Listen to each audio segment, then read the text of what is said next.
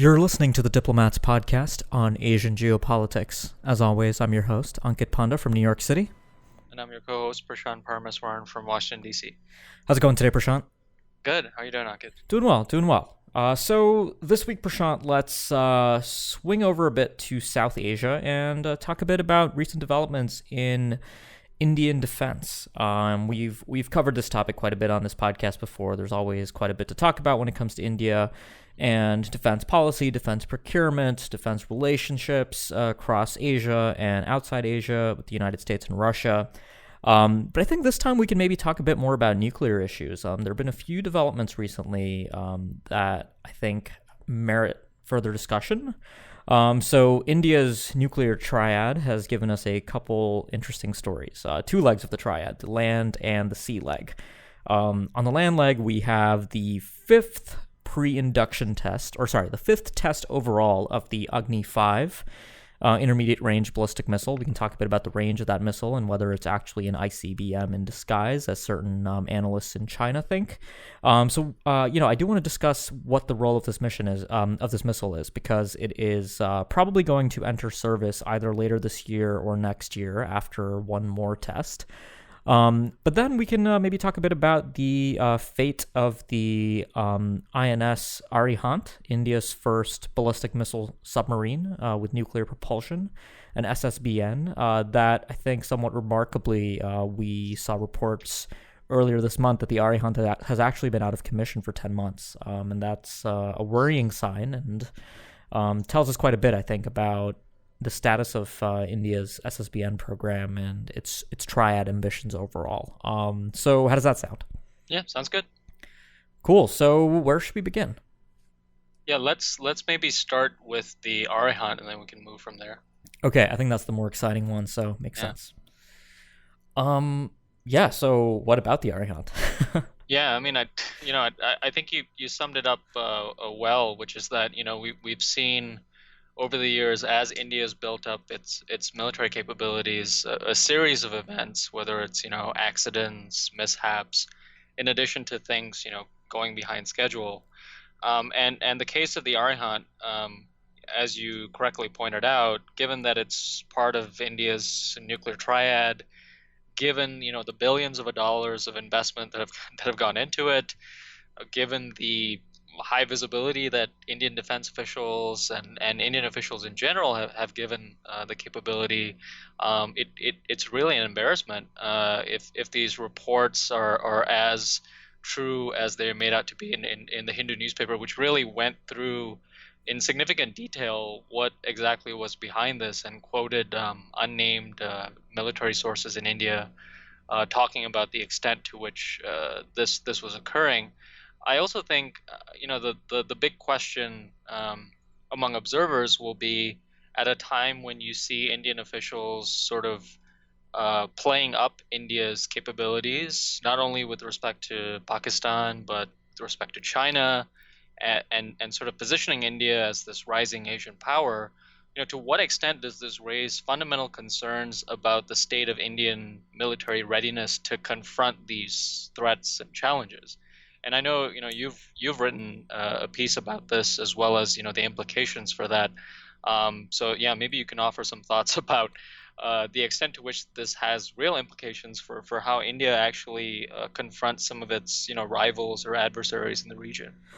Yeah. So, I mean, first, I think it's good to probably talk about what the actual issue is with the Arihant. So as you pointed out, there was a report in the Hindu, a respected Indian newspaper, effectively saying that the Arihant, INS Arihant, the lead ship of the Arihant class of indigenously designed Indian SSBNs, the third leg of India's nuclear triad, suffered major damage and has been out of commission for at least 9 months, probably 10.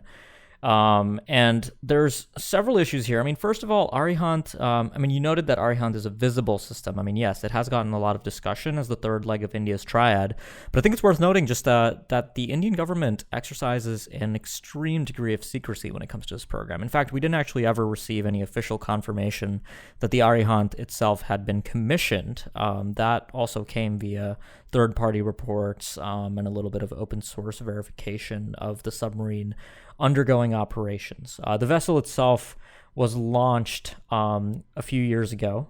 It was commissioned in August 2016 after a test in March 2016 of the K4 SLBM, the primary strategic armament on this SSBN. But the story in the Hindu is interesting. So the reasoning behind why the Arihant went out of service and has been undergoing repairs at port is because it apparently it is due to human error. Human error with India's, one of the crown jewels in India's sort of strategic nuclear forces, the first nuclear submarine. And again, it's unclear how the Indian government is conceiving of, or how it conceives of the role of this specific submarine, which is the first of its class. India might end up with anywhere between 3 and 6 SSBNs. The second, actually, INS Arihant, was just launched in November 2017. Our colleague Franz wrote about that back then. So they will have additional SSBN. So it's unclear to me if the initial ship is primarily intended as a training vessel for Indian sailors and submariners to get a few hours of experience patrolling the Indian Ocean in this submarine. Ultimately, that experience will be disseminated to the successor ships in this class. But still, this is quite bad. It's a human error that led to a hatch being left open on the rear side of the submarine by mistake, which led to water rushing in and causing damage, including potentially to the ship's reactor. And I will say, because of the secrecy associated with this program, this might not be the case. Something else might have happened, and this isn't to impugn the reporting of the Hindu or anything like that. It's just simply a difficult issue to report on accurately, the status of a country's SSBN force. But clearly something is up with the Arihant, and actually I think one of the more interesting things that concerns me personally with this whole episode is the fact that the way India's civilian leadership found out about the Arihant's status was during the Doklam standoff, which we've talked about previously on this podcast. So effectively, the Doklam standoff got to a point, and we've talked about this before, dispute with China over a piece of disputed land in the Himalayas, claimed by Bhutan, occupied by Chinese forces, that India disputes on Bhutan's behalf. But anyways, it got to a point where the civilian leadership sought to have the Arihant on patrol, which I think in itself is an interesting development. I didn't quite think the Doklam standoff got to that level that it would require advanced nuclear readiness, but apparently it did. And then when they made that request, they found out that the country's only SSBN was out of commission. So that in itself, I think, is really worrying that the civilian leadership would find out that way. But again, if that's true, it's concerning. Yeah, absolutely, and I think that's a key caveat to that, because as you correctly mentioned, I mean, it's very difficult to report in a reliable and transparent fashion when so little is known about India's capabilities. But nonetheless, I mean, I think you noted in your piece, and Franz did as well. I mean, this is. We've seen several of these incidents, over the past few years, and some of these are actually admittedly not human error. Some of these are accidents. Some of these are cases where there's poor maintenance or operational upkeep of these capabilities. But it does sort of play into the narrative that you sometimes hear among some very cynical defense analysts about, it doesn't seem like India is able to get its act together when it comes to the defense realm. And even if you're looking at Indian capabilities building up, you also need to look very carefully at these things like maintenance and what India is actually doing with these capabilities rather than what it actually has. Yeah, and I mean, I guess you could count me among some of those cynical analysts. I mean, in the piece I wrote, I wasn't particularly complimentary of the Indian Navy's record with its submarine force in recent years, and with good reason. I mean, 2013, 2014 were not particularly good years for the Indian Navy submarine force. INS Sindhu Rakshak suffered a major explosion while sitting in port. 18 Indian sailors died in the incident, and just a few months later, in February 2014, INS Sindhu Ratna also saw a fire break out on board, which killed 2 sailors by suffocation. And all of that ultimately led to the Chief of Naval Staff at the time, Admiral D.K. Joshi, resigning. And more recently, I mean, we're talking about the Arihant, but INS Chakra, a Russian Akula II class submarine, saw its sonar domes damaged. And this is a ship that India has on lease from Russia. Clearly, I mean, I'm not probably the right person to diagnose exactly what is up with the Indian Navy's submarine forces, but clearly something's wrong, and it's not a new issue. It's been known for a few years now, and clearly I think the Arihant's circumstances will probably lead to some serious introspection in India. Because I mean, this is if again this account is accurate, I mean it is really quite disturbing for a country that is seeking to operationalize a large SSBN force in the future. It really merits closer analysis, and hopefully they manage to figure out what's up and fix it soon. Mm-hmm.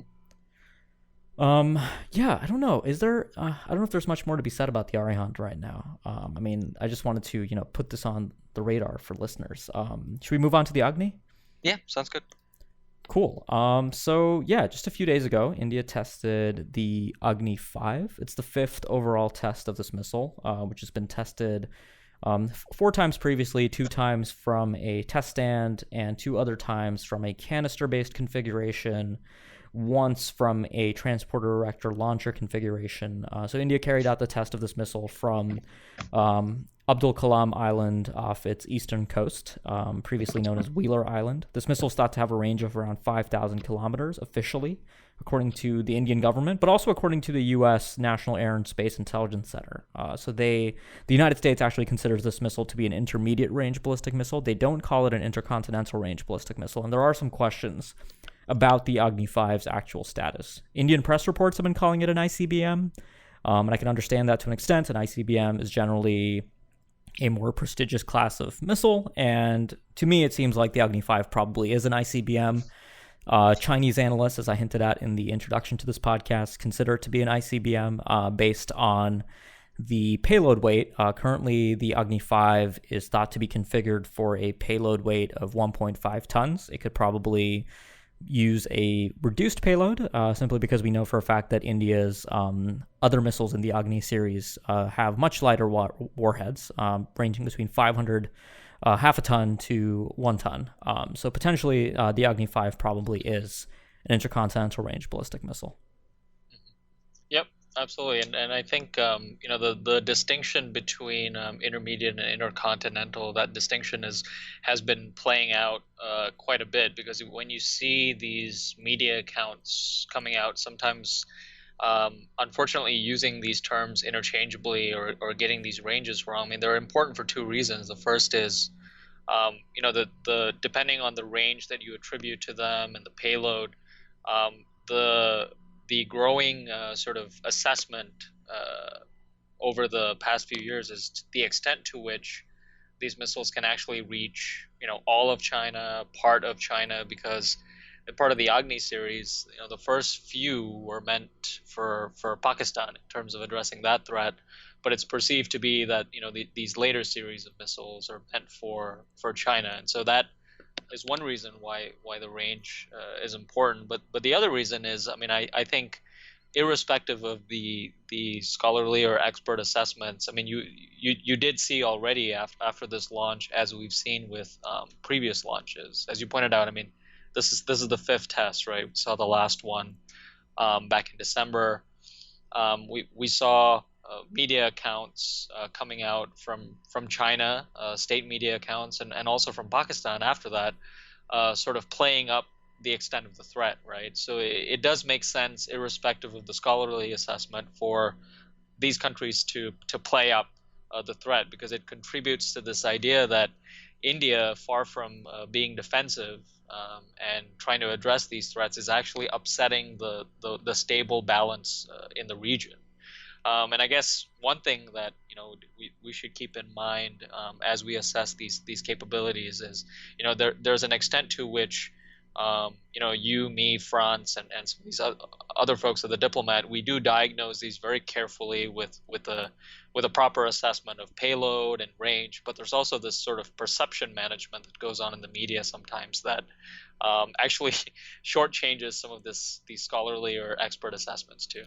Yeah, absolutely. I mean, I think the range question is interesting. I mean, my personal opinion is that the Agni 5 isn't necessarily destabilizing. It doesn't give India a particularly new capability that it didn't have before. It doesn't really introduce the ability to access new targets that might be important for Indian targeting, such as Beijing, Shanghai, major Chinese urban centers. I do agree that this is about deterring China primarily. The Agni 5 to me seems to be more about enhancing India's basing options. One of the limitations with the earlier missiles in the Agni series, the Agni 4, by the way, also still hasn't been inducted, but that's going to happen soon as well, probably. But the Agni 3, the Agni 2, were they to be used against China, they would have to be launched from near the disputed border with China, where they would potentially be vulnerable to Chinese conventional counterforce strikes early on in a conflict. So by being able to base the Agni 5 further south in India, I think the Indian strategic establishment sees a serious survivability advantage. And this is a road-launched missile like all other Indian missiles. It's a canisterized solid fuel missile again, which means that the warhead and the delivery system are stored in a pre-mated state. But yeah, I mean, I think we can probably also talk a bit about, India's nuclear doctrine, which we've talked about on this podcast before as well. But, India continues to profess the same doctrine that it unveiled in 2003 and in a draft form in 1999. No first use, with a few caveats for biological and chemical weapons use, and effectively a limited arsenal to meet the ends of credible minimum deterrence. And we've seen a little bit of confusion about these, India's commitment to the idea of credible minimum deterrence. Last year, we talked on the podcast about Vipin Narang at MIT, had a close reading of the former Indian National Security Advisor's memoirs, where he gleaned some evidence that India may be considering a more offensive counterforce strategy in the context of Pakistan, which I think puts some of the no first use commitments into further question. There are already caveats to India's no first use posture, but there might be further reason to doubt that. But more seriously, I mean, the Indians released a joint doctrine last year, the first of its kind, and that document initially referred to credible deterrence, right? They didn't include the word minimum, which is important for the future size of the country's nuclear forces. And then what happened is that the Pakistanis last summer also tested the Nasr. They extended the range of the Nasr by 10 kilometers. And immediately after that, the Indians took down the joint doctrine document and they updated it again with credible minimum deterrence. And I think the reason for that was because the Pakistanis, after they tested the Nasr, put out a press statement on the Nasr, and they said that the Nasr test strengthens Pakistan's credible deterrence. So the Pakistanis also dropped credible minimum deterrence from their rhetoric. So there is this real, tit for tat going on in South Asia, but there's a bit of confusion. The joint doctrine was a pretty sloppy document. I'm not sure it's actually the right source from which to glean any insight into the potential future trajectory of India's nuclear posture. But, it's just something to note that's out there. And the joint doctrine also leaves some questions about whether India is potentially, whether it's changed the way in which its warheads and delivery systems are managed. Historically, it used to be that the Defense Research and Development Organization, DRDO, which develops missiles like the Agni system, used to, in coordination with the Department of Atomic Energy, manage the country's warheads, while the Strategic Forces Command would handle the management of the delivery systems. It's unclear to me if that's actually changed. But certainly, these developments, more so than the specific credibilities conferred on India by missiles like the Agni 5, are, what are being watched closely, I think, in both Beijing and Islamabad. So there is, there are questions. And I will note, on the question of credible minimum deterrence versus credible deterrence, the press statement that was released after the Agni 5's test just a week ago also used credible deterrence. So again, I'm a bit confused about the exact status of where India stands right now, but it's just, some of those factors are worth noting. Yeah, absolutely. And I think, as we mentioned previously, it really is important to pay attention to these terms, because they often can take a life of their own in some cases, particularly on issues as serious as nuclear weapons and delivery capabilities. So that's definitely something to watch. I would say, the other thing that you pointed out that is important to emphasize to listeners is, that there's an aspect of status and reputation to all of this, right? Whether we're talking about India's nuclear triad or India's nuclear capabilities, India is only one of a handful of countries around the world that possesses these capabilities. And if you read the Indian media accounts on each of these tests or incidents, at times it often tends to play up that status or sort of reputation element at the expense of some of the more specific characterizations that we're talking about, right? Whether it's payload capabilities or things like that. So I guess that's something that we're going to have to continue to address over time, because this is something that is a sort of reputational question as much as it is a capability question. Yeah, absolutely. I mean, there is definitely that idea of pride. Certainly something that's been true with India since 1998 when it first broke out as a nuclear power.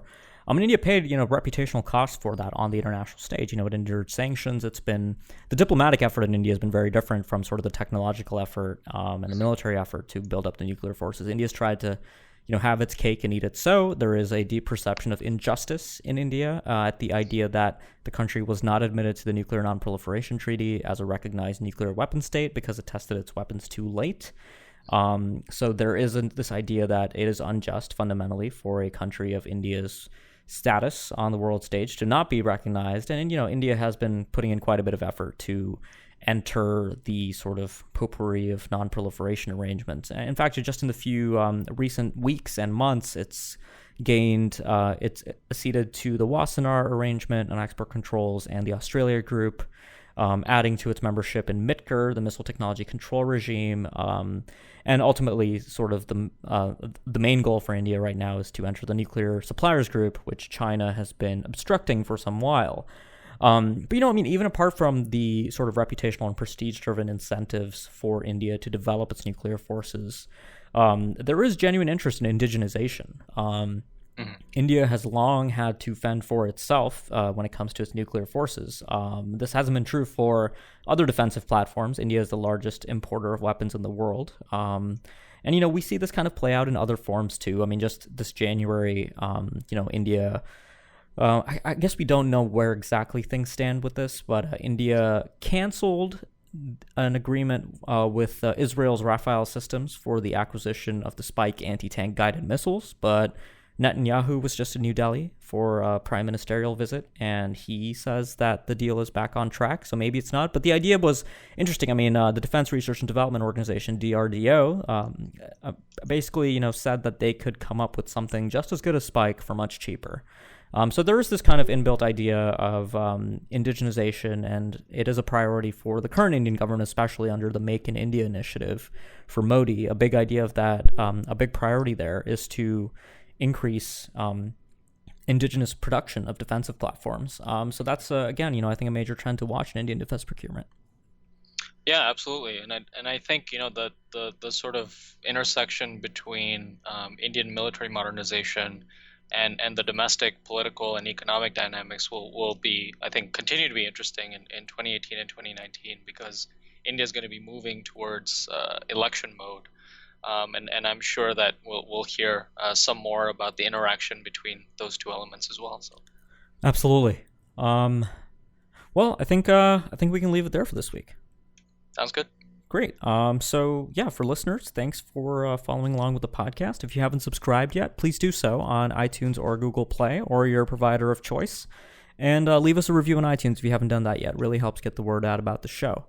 We'll be back soon with more. I'll actually be traveling for a week, so it'll be a longer than usual break. But we hope to be back in no later than 2 weeks' time. Thanks for listening.